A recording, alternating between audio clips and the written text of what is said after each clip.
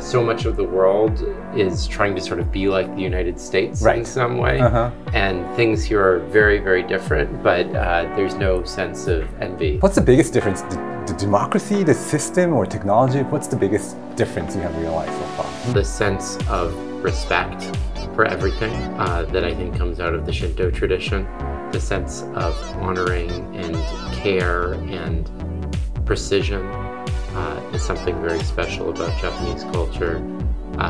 It's also very interesting how much is below the surface. What happened to me is that I only said my honest opinion to my intimate friends or close friends, and when I tried to say something on Twitter, I kind of narrowed down the discussion. And that's, I think, the challenge we're facing right now.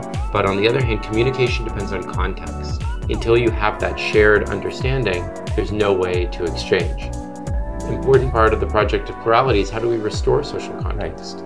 How do we keep the awareness of who it is that we're talking to and why things are meaningful to people? So Glenn Weil-san, welcome to Pivot. No, it's my pleasure to be here. Thanks for having me. So I love reading your book. You're co-author of Radical Markets. You're an economist, founder of Radical Change, and also you lead the Microsoft Research Plural Technology. That's right. I'm on sabbatical from there right now because I'm touring around the world with Audrey Tong for this new book. Wonderful. I guess we'll talk about. Is this your first time in Japan? My third. What's your impression of Japan so far? Oh, I love Japan. I always love being here. It's such a special thing to meet another culture that's so different on terms of equality. So much of the world is trying to sort of be like the United States in some way. And things here are very, very different, but there's no sense of envy. There's a sense of meeting the other on equality and learning from each other. And that's really what the work is all about. So interesting. What's the biggest difference? The democracy, the system, or technology? What's the biggest difference you have realized so far? I mean, you always start from the cultural level. The sense of respect for everything that I think comes out of the Shinto tradition. The sense of honoring and care and precision is something very special about Japanese culture. It's also very interesting how much is below the surface. It's often hard for me as a Westerner to know when someone is being polite because they actually don't want to do something with you versus someone's being polite because they don't want to ask too much of you. Okay. And I've misread in both directions many times. You should go to Kyoto. So, there's more unhidden rules and unhidden culture and manners. Yeah, I did go to Kyoto last time in January. I took my daughters to Nara Park, and that probably was the most extreme example I've ever seen because there are deer everywhere, and there's no deer poop anywhere. And in the United States, if you had deer everywhere, the whole thing would be covered in deer poop. Sure. But somehow, and you don't even see them, there are people or whatever, or maybe the deers use toilets, I don't know. I don't know. And the deer bow to you as well. Yes. So only in Japan. Okay, so let's talk about your new book, Plurality. Please. I read it, maybe the latest version, but I know it's updating every day, every second. Yes, absolutely, yeah. So in the Japanese version, it will be out maybe this year, maybe in December. It just went on sale yesterday. Okay. Yeah, for pre-order. Pre-order, okay. Yeah, and I highly recommend to our audience. It's an excellent book. So it's actually very interesting. 90% of all copies of English version that have sold in the world have sold in Japan. 90%? 90%. That's crazy. It's massively more popular in Japan than anywhere else on the planet. Why is that? You tell me. I'm not the Japanese. Maybe, so Audrey Tan is extremely popular, co-author. And Taiwan, we kind of have a good relationship right now and have kind of envy them for digital democracy, which we'll talk about. Maybe that's the reason. Yeah, well, you don't need to envy. You can do it yourself very soon. Right. Actually, running in the election for the governor of Tokyo, I don't know if you know, was Ano-san. Ano-san, yes. Ano-san I interviewed him right this spot. No political experience before, a month ahead, came in with 150,000 votes. So maybe that shows the appetite that maybe the leaders here can hear something about. That's right. Did you meet Ano-san? I did, absolutely. And I also just met with the mayor here in the city who is very interested in all of this and maybe can learn from Ano-san. So, wow. Yeah. So let's talk about plurality. What's What's the definition of plurality? It means technology that lets us work with people across social differences, with people different from us. And here in Shibuya, the mayor has had for 20 years now a slogan that says, I don't know what it is in Japanese, but the city that makes strength from difference. Ah, yes. And that's plurality. So maybe it should just be Shibuya, the name of the book, instead of plurality. Do you see any similar cities in the United States or similar governors, similar politicians who are... Absolutely. The state of Colorado has been a wonderful place for us to work with under the leadership of Governor Jared Polis. Michigan has also been a good place. And in Boston, where I live, we have a Taiwanese mayor, Taiwanese American mayor, and her chief information officer is a big part of the plurality movement. So we have many people in many places. Is it different from diversity, or there are similarities between two words? Plurality is to diversity as the steam engine is to coal. So diversity is the fuel, but plurality is what harnesses it. I see. Since you mentioned tech, I think it's a common understanding that technology is kind of undermined democracies these days. When you go onto X, there's a lot of hate speeches, fake news. People are kind of sick of technology, and they think that it's not good for democracy. What's your take on that? Well, look, there's pro-social media and there's anti-social media. Just having social media doesn't tell you which one it is. Just like there's nuclear energy in a nuclear bomb, right? And we believe in making pro-social media. Unfortunately, that's not always the incentives that the industry has. That's not always the focus that the industry has. But we think we can change that. And we're planning to do that. We're working with Frank McCourt, a billionaire in the United States, to buy TikTok and to turn it into a cooperative built on these plurality principles. So do you think we can improve or kind of make use of technology in a more better way? Of course, yeah. Technology is a little bit more like politics than we think it is. We have to make choices. And politics is a little bit more like technology than we think it is. It can keep getting better. It doesn't have to get stuck in the same position. So in order to deepen the discussion, I like how you framed the problem we're facing today using Sid Meier's Civilization, the game. Yeah. I like playing it also. One of my favorites, absolutely. So I played it since I was a child. Wow. Yeah. Do you like the latest one, the 6? Oh, it's great. And it's the one that uses so many ideas from plurality. Yes. It uses quadratic voting. So. Can you elaborate on that? Yeah, I mean, well, Civilization, the thing at a deep level that I love about it is that we live in this very commercial society where we think everything's about money. In Civilization 6, and we also think technology is just linear, it just progresses. And Civilization 6, all the Civilization games force us to think beyond that. There's many currencies, there's faith, there's military power, there's culture, there's money. And there's different paths that technology can take that you can choose.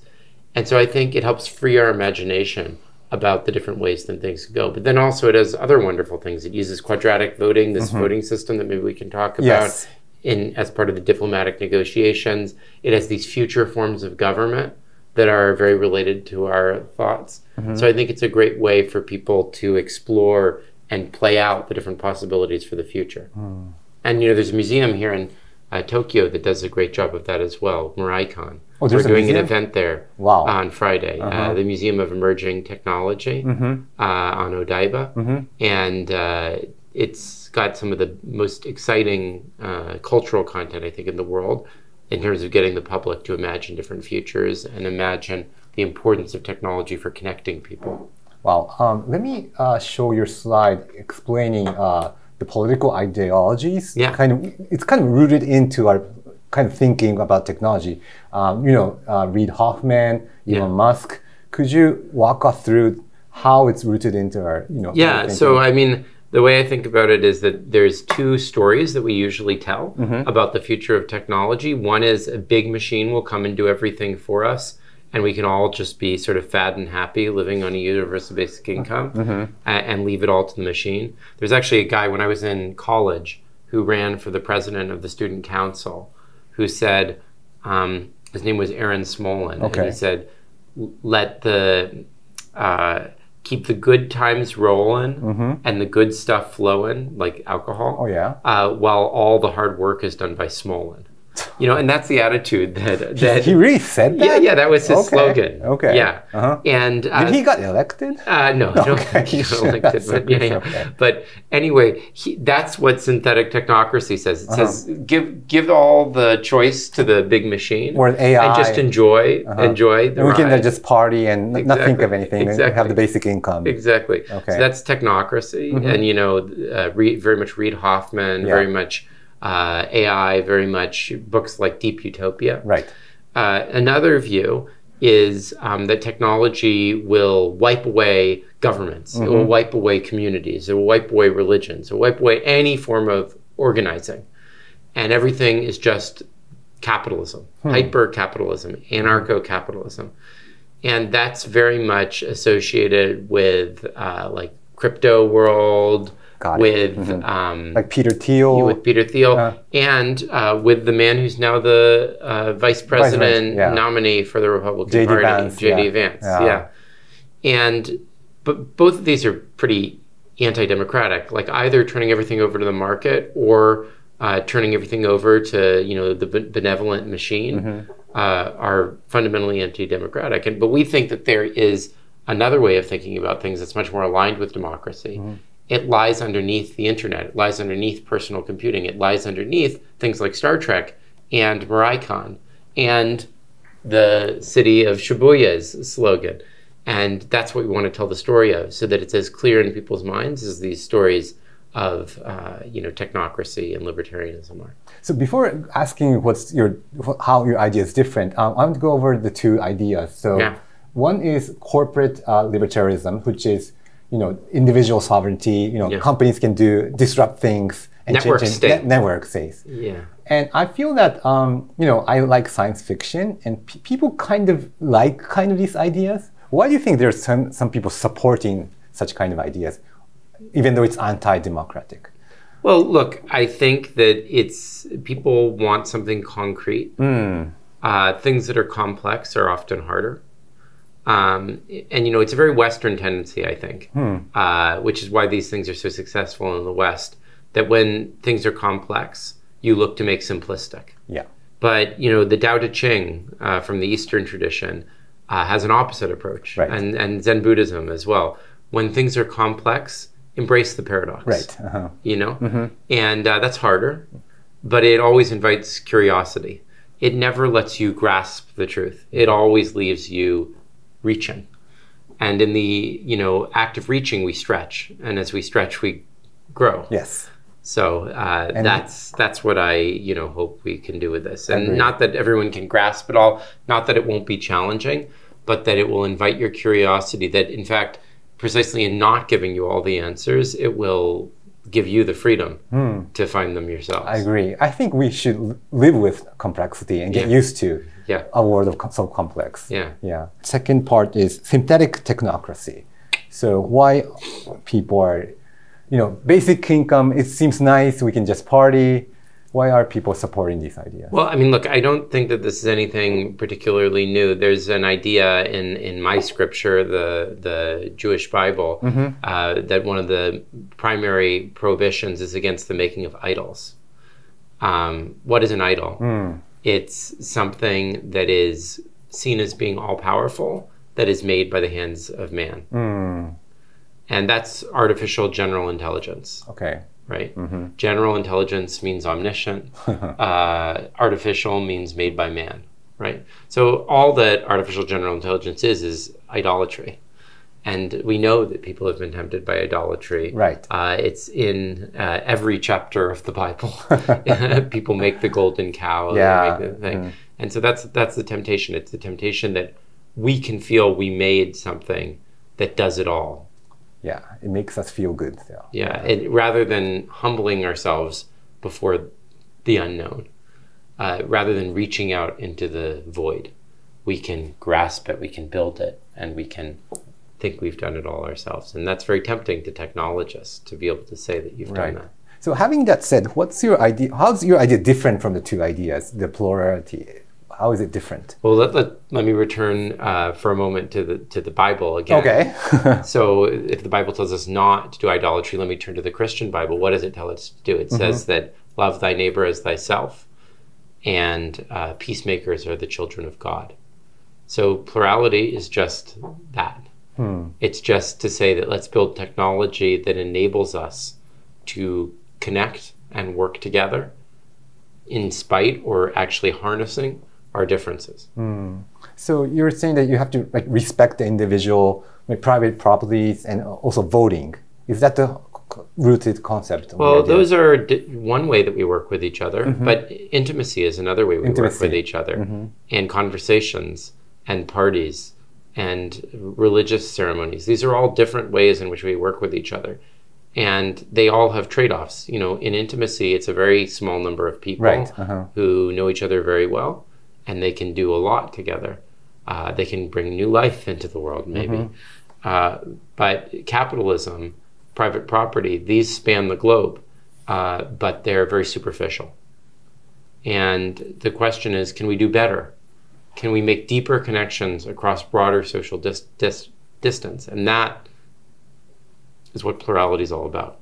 I think that's the challenging part, because there are kind of contradiction between the two ideas of being intimate and being broadened. How do you overcome that kind of contradiction? Yeah. Well, I mean, there's nothing so surprising about this. Right now, we're coming to your audience over video. Yeah. There was a time in the past when you could only reach an audience like this through audio. That's a less deep form of connection. I see. To reach that breadth of distance, we needed to be more superficial. And before that, we had to have written words, which are more superficial. And before that, we couldn't even reach broad audience like that. We have to speak in words to someone there.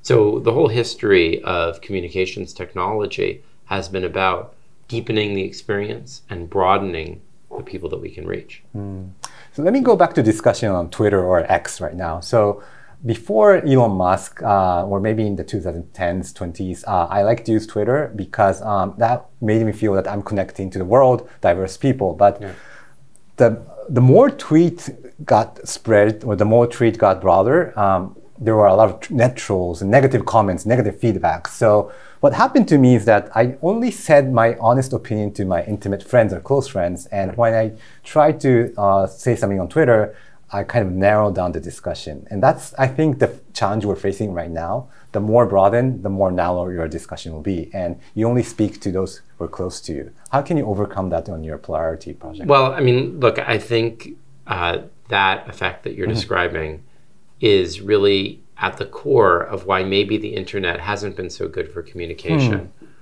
On the one hand, information can spread more broadly. Yes. But on the other hand, communication depends on context. If you and I don't share any context, we can't communicate. No. Because language is a context. Right. You can imagine two people who both speak English, but also speak some other language, trying to communicate in that other language, not knowing that they both speak English. It won't do them any good. Until you have that shared understanding, there's no way to exchange. And the problem is that when information can travel fast, it's good that it travels fast, but if it travels outside of context, then people become unable to speak. Exactly. Because they can't use the context that they rely on. So important part of the project of plurality is how do we restore social context? How do we keep the awareness of who it is that we're talking to and why things are meaningful to people?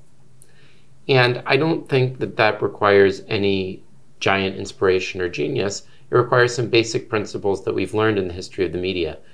In the 1920s, in the United States, the media was much more polarized even than it is now. But then after World War II, people said, we won't maintain a free press if we don't learn to serve the public interest. And they had two basic principles. We report as news things that are broadly accepted. And when there's divergence, we report the different sides of the controversy. That's the sort of thing that we need to do in social media, except in a much more complex world where you're not speaking to one audience in the United States. You're speaking to many different intersecting social groups.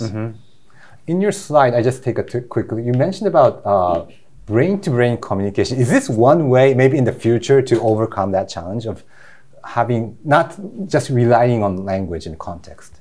Yeah, well, brain-to-brain communication could allow a form of intimacy that is much deeper than humans have ever experienced with each other. And yet it also can allow for more diversity, because children who have to suppress their creativity in order to communicate in words and pictures could instead communicate their imaginations directly to their family or whoever else. But that is not a substitute for other ways that we communicate, like markets and voting and so forth. It's a complement for it, because we don't want a world where we're all one brain. We want a world where diversity expands, and as our technologies expand, we actually get more ways of interacting with each other. And all of those advances are valuable, but they don't bring us to one point, to one utopia. Yeah. Instead, they actually expand our horizons. You know, the way I think about it is, some people, I think, picture that we're on the earth and there's all this dirt in the way, and we're throwing away the dirt to get down to the core of truth, the utopia. But I instead say that'll destroy the earth. Instead, we should plant trees. And the trees grow out into the infinite abyss beyond. And the further they get out, the further we get, the more there is to discover. The closer we get to the mystery that's out there, the further we get from the certainty at the core. Do you think we should, we will be able to communicate more if we get rid of language and all the context, and we have this brain-to-brain communication? Well, there are things that you can never communicate with language that you can communicate that way.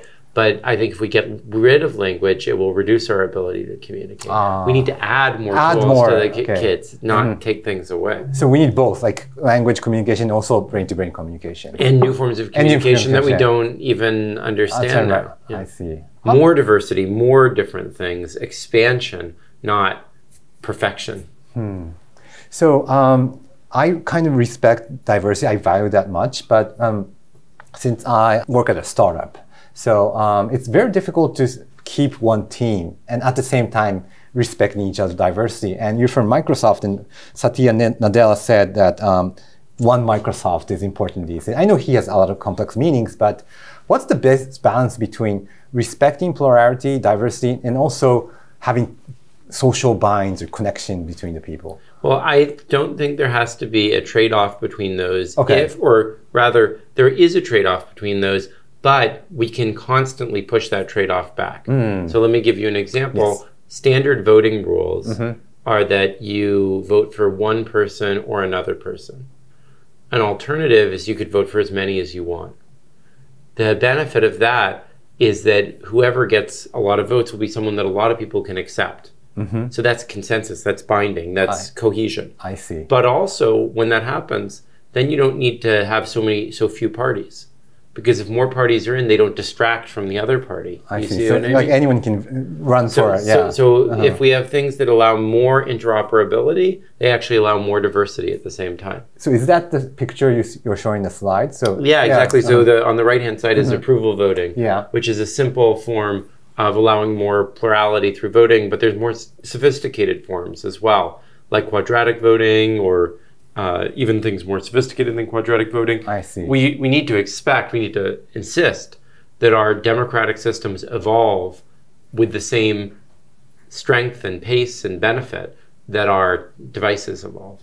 So if you think John and Mary is the right candidate, you can pick both, or maybe Ano-san is in the list. Yeah. For example, in the governor's race, I was just thinking about this. I had the honor of meeting Governor Koike today, and I think she's done a remarkable job governing the region, really helping revive it. And at the same time, I think Ano-san has a lot to add. Yes. So I would not like to have had to make a choice there, because I really would like to support Ano-san, but on the other hand, I think Governor Koike probably should win the race. Right. So I could have voted for both of them in this case, right?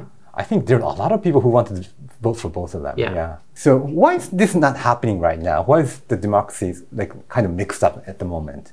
Well, it is happening. Maybe it's not happening fast enough. Maybe it's not happening enough. But it happened in Taiwan. Right. That's why Taiwan went from 9% approval of the government a decade ago to 60% of the approval of the government now. Why they had an occupation of the parliament, and now they have the freest and fairest election, according to many monitors. And it's happening in pockets all over the place. It's happening on Wikipedia, etc.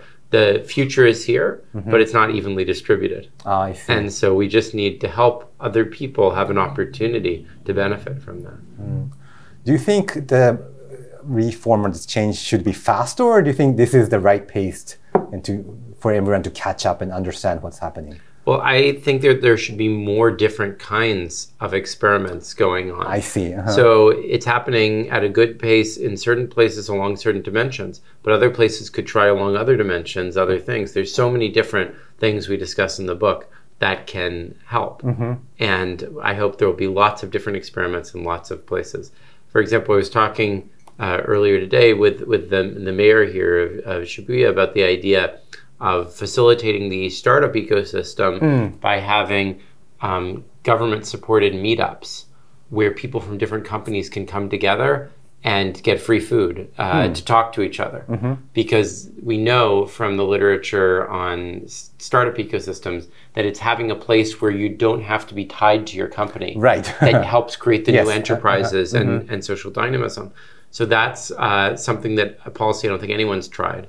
But that, you know, someone could try here. But also you could try the things that Taiwan are trying or whatever, but there are so many things to try. We want more experiments. So the issue is not move fast and break things. It's move diversely with a range of people and heal things. I was surprised by reading your book. You said, you know, Taiwan is a little island, but they kind of have a diverse religion, diverse people, and they did it. So I think every country or every region can do it. Yeah, I hope so. What's the difference between Taiwan and the United States? Well, look, I think that it's often very easy to get very riled up if you have no problem to really deal with. You know, things were on a very smooth trajectory for a very long time. And I think that makes everyone anxious. In Taiwan, they have major problems, and yet they have to maintain calm to deal with them. Do you think Japan can be the leader? Absolutely. I think that in many ways, Japan already is, to see the things in the cycle and the way that they flow. And I hope that gives the opportunity for East Asia to be a leader in these things and to be a model to the world.